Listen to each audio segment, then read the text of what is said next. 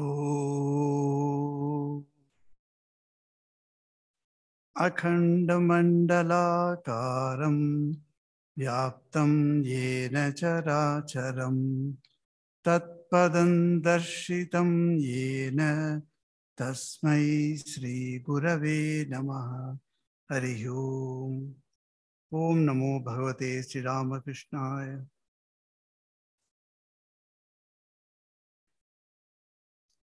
Dear devotees and my dear children,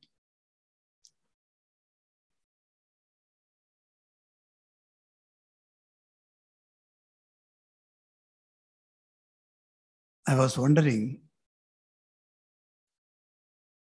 I have been given programs during my 15 days tour. Today's satsang program is like a bonus. I never expected another weekly satsang program will be included here. But it is always nice to see the devotees, our known and unknown faces in the satsang.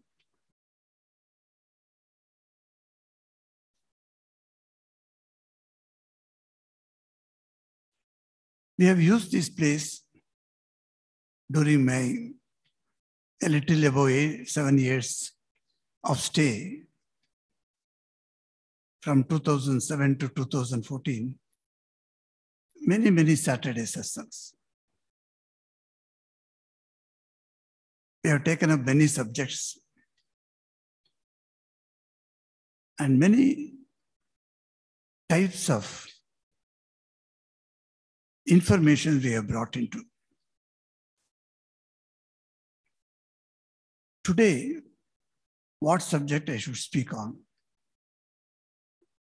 So somebody, I think Maharaj or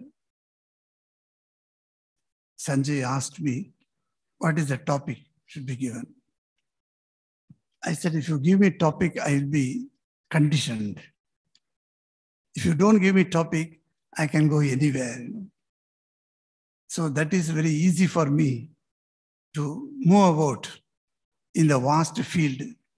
You can go, you can eat here some leaves, you can eat leaves somewhere, like that. So the freedom is there. Today is a Pradosha Din. I'm not very aware that whether in South Africa, the Hindus follow the Pradosha Vrat. A Vrat means on a day, you take a vow. You think that, say for instance, Ekadashi Vrat, we say, this everyone knows. On Ekadashi day, you should not eat. So I will not eat on Ekadashi day. This determined decision is called Vrat. You take Vrat means you decide, I shall not do this. So like Ekadashi Vrat, which comes on 11th day of the lunar movement, there is one Vrat called Pradosha Vrat, which comes on 13th day of the lunar month. This Vrat is, of course, very popular among those who visit Shiva temples. And this is the time that Vrat starts in the evening, just before the sunset. People go to Shiva temple in India and they pour water or milk or whatever is possible. And they complete this Vrat after the Arati, and then night they take food. So people stay fasting whole day on Pradosha Vrat. It comes on every 13th day of the lunar, either Krishna Paksha or Shukla Paksha, either the dark moon or the bright moon phases. This is very interesting when we see how this Vrat creates a wonderful decision-making strength to the mind. If you are eating every day, whatever you eat, whether a small quantity or big quantity, I'm not worried about the quantity.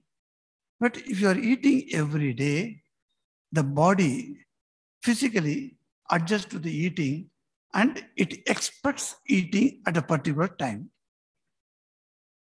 That is what happens when you do a thing consecutively all the days. Because we are eating every day 3 times a day, for instance, perhaps you may be having 2 times a day, many. So if you eat those 2 times a day, at that particular time comes, your body demands something to be put into. Suppose you are traveling outside, but it is now 6 o'clock. You must eat something. So you stop anywhere, restaurant is there, you stop and you put something. If you are in the home, you make something and eat.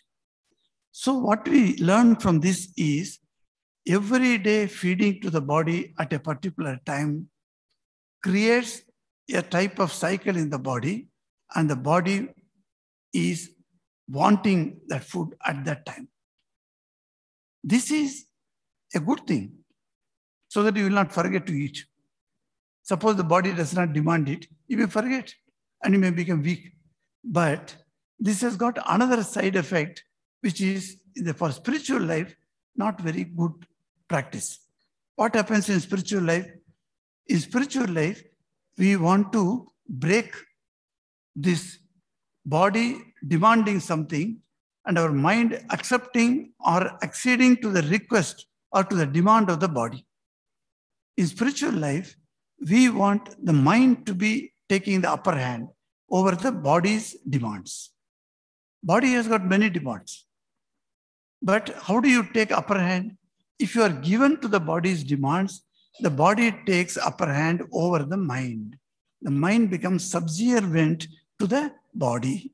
That means if body demands certain things, the mind will have to do it. But in spiritual life, it's just opposite that. Here, we want the mind to be the Lord and the body to be the servant. For that, you have to break the cycle of that eating at the particular time every day, every week.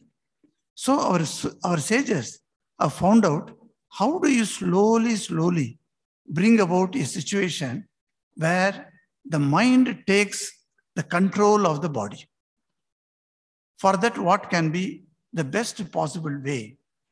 Then they decided the best possible way is to not take food at a particular time that we have fixed for food eating. If you say, tomorrow I don't want to eat, like that you say, and then after 4 days, you say, I don't want to eat.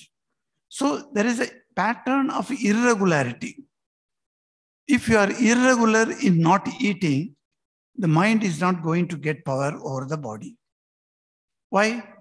Because irregularly you doing anything does not produce result. If you do japa irregularly, it does not produce the desired result.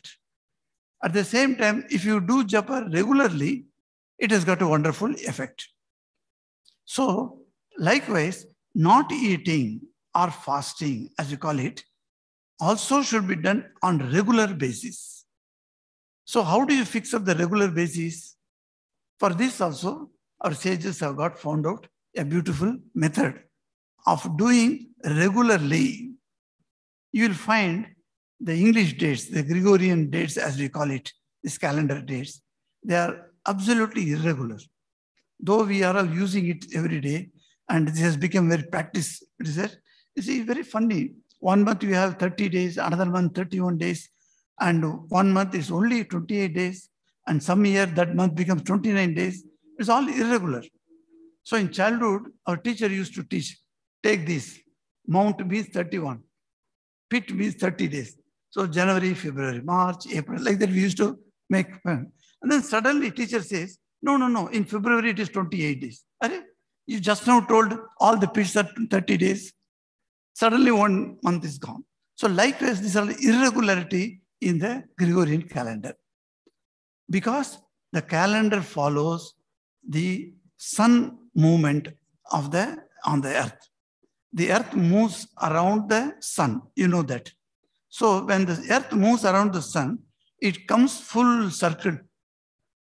It takes 365 days Now 365 days, if you divide by 12 months, it doesn't exactly come.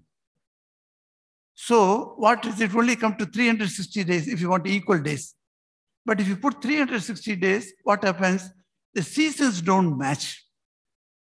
So our sages, what they did, they added some days in one month or reduced in some days on another month to make it adjust to the seasons. Otherwise, when we say that June month, you will have cold, you cannot say that. If seasons go on abruptly changing according to the dates, then you find the dates and seasons are not coinciding, are not able to sync together. Then it will be a great problem to manage our daily life. So what our sages thought, why not we take up the moon's phases? They found by their experience, moon's phases is exact, but perfectly it comes in. It takes 15 days for the moon to go down. That is, it is called the moon that reduces in size. And the moon that increases in size, for that also they found out that is also 15 days.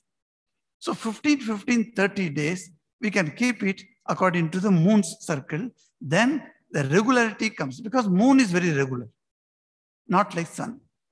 When the earth moves around the sun, the days go haywire. But when you fix it to the moon's pattern, then the dates become very nice. So they say Chaturthi, fourth day of the moon waxing or moon waning. It doesn't matter. Fourth Tithi, exactly fourth day only it will come. It won't come on 8th day. So now this becomes a regularity. Like that Ashtami, we say 8th day. It will come exactly on Ashtami day. That is 8th day. It won't come on 2nd day. Like that Ekadashi, the 11th day. The 11th day will fall on 11th day only. So they found moon has got better vibrations with the human mind. Why? Because Chandrama Manaso Jataha. Vedas proclaim. Vedas say Chandrama Manaso Jataha. This Chandrama is intimately associated with the mind. I have seen in Belur Math when we came as a brahmacharis. We all brahmacharis are ready for our haircut. One day is left for haircut. Every day you can't shave in Belur Math. So Sunday, the barber will come, we have to haircut. The day we have had haircut, and on that night, suppose Purnima is there. Purnima means full moon. Full moon comes very near, near the river side you can go, and you can see full moon as if you can catch it by your hand. So nearby. So the elderly Swami say, hey, you are completely cut. You have got mundan. This is called mundan, when haircut. In mundan state, you should not go under the moon. So we used to ask, why? What is the problem? There is no cold. It's not cold. So if you don't have hair, it doesn't matter. We used to argue. Said, no, you should not go because the mind is affected by the moon. And the moon's rays come in through this brain and take hold of the mind, and it will disturb the mind. That's why during Purnima nights, you should not go out. Reason is how it disturbs? It will bring a lot of romantic ideas, not good for monks. So they say, don't go there. So we also said, okay, we don't go there because dangerous to go. But in Amavasya, I say, no problem at all. And Amavasya day, what happens? Night, moon is not there. Though English is a funny language, I used to point out sometimes to you. When there is no moon at all seen on the sky, you call it new moon. Where is the moon? No moon, but you call it new moon. The newness comes only next day. But that night also you call it new moon. Anyway, that is our system. Now, in the new moon night, our sages, our elders used to say, go and make meditation on the banks of the Ganges in the night. Because there is no moon, you see. So no problem of getting any bad thoughts. So you sit there and mind can go inside. It can turn inside and you can get wonderful joy of thinking about God. So this practice of, I was talking to you about the practice of regularly taking upas. So today, this Trayodashi Tithi, people have upas and they do Shiva Puja, pour water, and then go to Shiva temple. Then they break their fast. So this becomes very regular. So when you regularly fast, either on 11th day or on 13th day or on 4th day, these are all based on moon's revolution I'm talking. So when you do this, your practice of breaking or having the fast becomes highly regular. So when you do anything regular, it produces results that are tangible.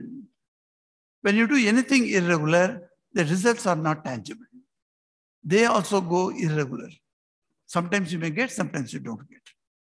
That's why the fasting on a fixed day is recommended by our sages.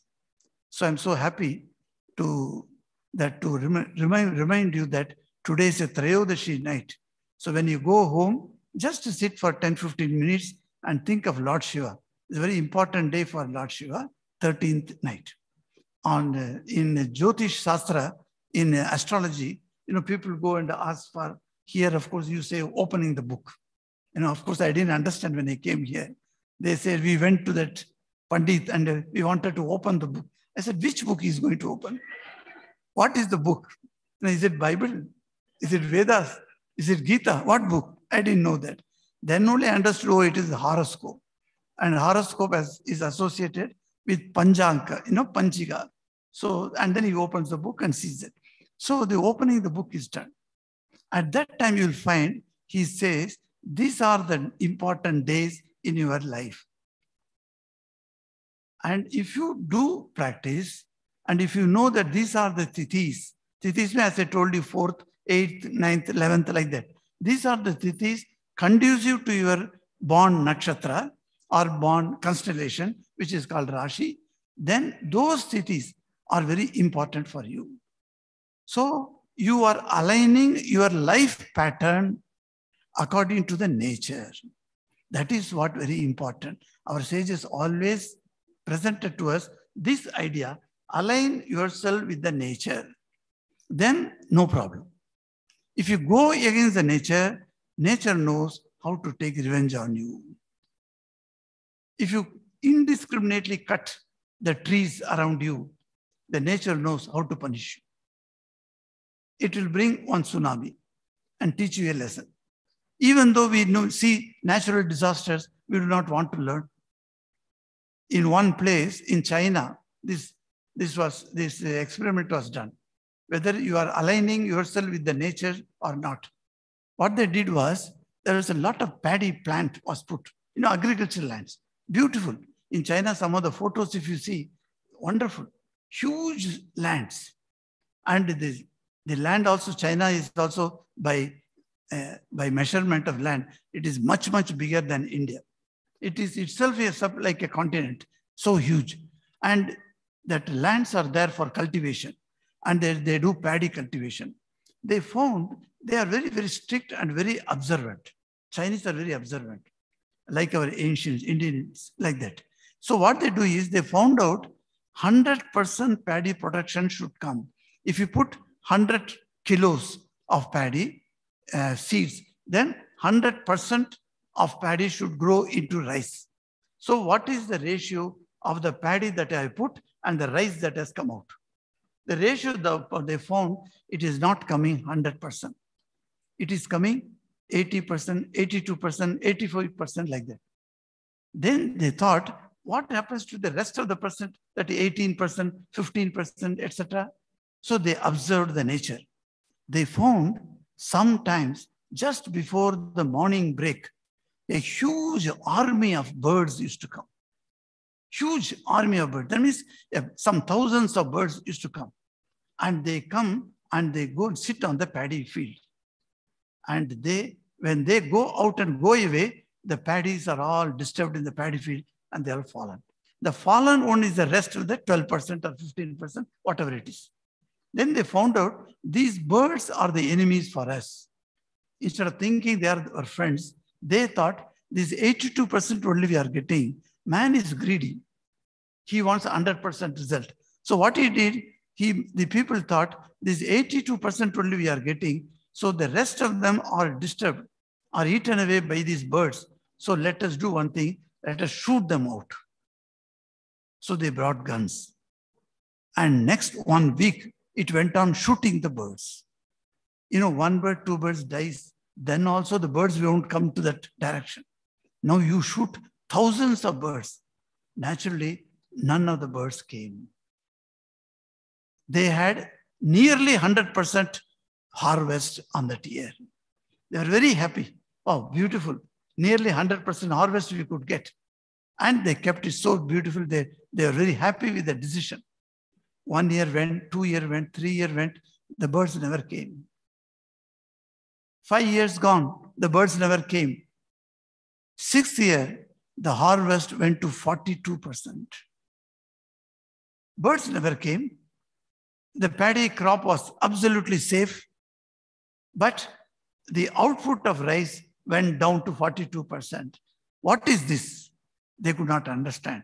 Then they found out, later scientists were called, and they all sat together, and they found out these, when the paddy becomes matured enough for harvest, one type of insect arises from the earth, and they take away 10% of the paddy, eat away 10% of the paddy.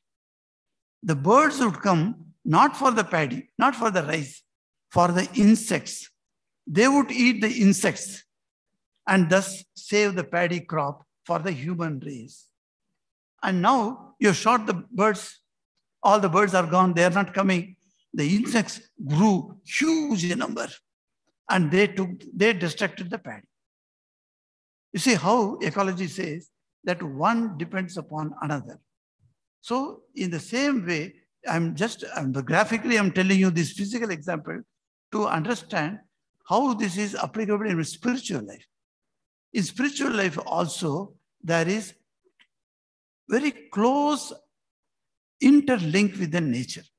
That's why our sages have always found out Krishna Ashtami, on Ashtami night, Krishna Ashtami should be celebrated. Ram Navami, at the noon, exact middle noon of the day, Ram Navami should be celebrated. The Tithi and the festivals were coinciding together. It is because to make us understand how we are aligning our spiritual life to the nature. If you are not properly maintaining the nature, we find in Sri Ramakrishna's life, Swamiji's life, Mother's life, they take very much pains, they become sad. One lady was taking the jhadu. Jhadu means, what is it? Broomstick. So she was having broomstick. And with that broomstick, she was cleaning the place. So mother was busy in some other washing the plates. And that lady was cleaning the floor. She was happy. Oh, that lady is cleaning, okay. But after some time, after cleaning the thing, at that time when mother was looking at her, she threw the broomstick. Just threw that. Mother left her work, came running to her, took the broomstick in her hand and told her, what you are doing with this very broomstick helped you to clean your place and you are throwing it away. Take it, nicely bind it with a rope and hang it on a keel, on a nail. On a nail, hang it with respect to this broomstick. You see, a broomstick, you don't think it is to be respected. Normally, we think it's what is there like that. I have seen it, but somehow here when I first came, that boy is not here today. He was, of course, a boy at the time. So he was there. He was cleaning this whole hall. He was cleaning with that machine, what do you call that? Vacuum machine. He has put it and he was cleaning. And he was from here, there, everywhere he was cleaning. And I have come there and standing. Next to him, I'm standing and looking at him. He is not aware that I am there. His mind was completely engaged in cleaning. After the cleaning was over, I called him. I said, you did so wonderful cleaning. Your mind was absolutely engaged in that. He said, yes, Maharaj, Sri Ramakrishna is sitting here. I don't want to make any mistake in front of him. Young boy, mind you, like this age. He is cleaning and he's telling me this. I was stunned. What a wonderful training this boy has got. And the feeling you see, that Ramakrishna is sitting here. So I shall do this work perfect. Suppose you are allotted the work to decorate Sri Ramakrishna with these garments. Will you just throw garments on him and then come away? No. That's why in Krishna temples, most of the Krishna temples you go, you can see that, how beautifully they take meticulous care in decorating the image. So during Krishnastami, we have Radha Krishna together, Jugal Murti we keep here, and how they beautifully do it. And I used to praise that lady devotee who used to decorate Sri Hanumanji on when we have 11 times Hanuman Chalisa. Here, Hanuman Jayanti time, Hanuman small Vigraha is there, small idol of Hanuman. So beautifully done that Murti is very beautiful. And one lady used to come here, she used to decorate. It's so beautifully she would decorate. And she would spend time sitting under that, putting the pin, where to put, the pin should not be visible to the eye. All those things taking care of the artistic view. This ideal of service comes because mind becomes regular. That person can do japa regularly. That person can do his sadhanas regularly. You can bring that clock here. I told you to bring the clock here. Not to order another person. Yes, thank you. So this regularity gives us the control over the mind. As I come back to the original topic, the control over the mind by the body, is it what desirable, or control over the body by the mind is desirable?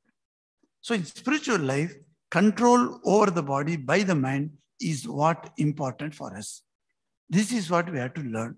And we have got many examples of singing songs. Today, I'm very happy that today Havesan sang some songs here, because I wanted to hear his songs. Long time, I have not heard him. So I said, Havesan, please sing. And our Swamiji was very kind enough to put him to sing it today. Whether you people liked it or not, I don't know, but I liked it. So with this, now 4:59, 5 o'clock, we have Arati today. So with these few words, I take leave of you. Tomorrow is a very important day. I request you, all of you, to please attend morning function from 10 to 12. Is at 80th birth anniversary celebration of the Ramakrishna Center of South Africa. My speech also is there on that day tomorrow. And after that, 7, 8, 2 days, I'm staying in the headquarters only.